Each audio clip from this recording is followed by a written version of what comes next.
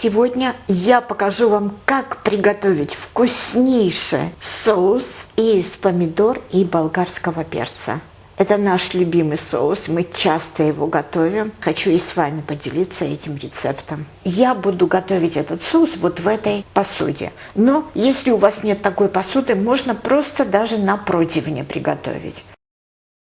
Постарайтесь уложить болгарский перец и помидоры вот так одним слоем. Здесь у меня 600 грамм помидор и 300 грамм болгарского перца. Вот такие маленькие, конечно, будут лучше, они лучше пропекутся. Конечно же, к этому соусу нужно будет добавить чеснок. На это количество я беру вот 5 таких крупных зубчиков. Но, конечно, можете взять больше или меньше. Но чеснок очень подходит к этому соусу.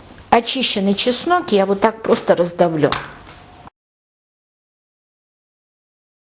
Конечно же, надо будет посолить этот соус. Лучше не досолить, чем пересолить. Потом уже, когда готовый будет соус, вы попробуйте. Если не хватает, всегда можно добавить соли. И я добавлю еще немножечко острый красный перец сухой. Но это тоже по вашему желанию. И обязательно надо будет залить оливковым маслом. Вот так вот немножечко на глаз посмотрите. Ну, может быть, 4-5 столовых ложек. Теперь ставим в духовку, разогретую до 220 градусов, и дожидаемся, пока все наши овощи хорошенько пропекутся. Примерно может это занять минут 40. Посмотрите, как хорошо наши овощи пропеклись. Минут 40 я их продержала в духовке. Хвостики мы уберем от болгарского перца. Пока овощи горячие, вилкой вот так разминаете.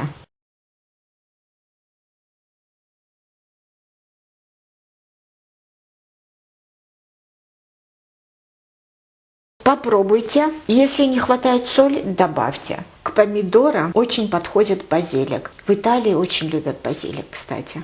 Базилик по вашему вкусу. Сколько хотите, столько и добавляйте.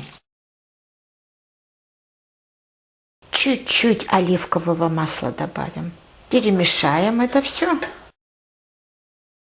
Эти запеченные овощи вы можете кушать с любыми блюдами. Просто даже с обычным хлебом, с домашним хлебом вкусным. Кстати, на нашем канале очень много рецептов домашнего хлеба. Посмотрите, приготовьте и насладитесь потом с этим томатным соусом. Приятного вам аппетита! Спасибо за то, что смотрите. Подписывайтесь на наш канал, ставьте лайки, пишите комментарии. Я всегда их внимательно читаю и по возможности отвечаю.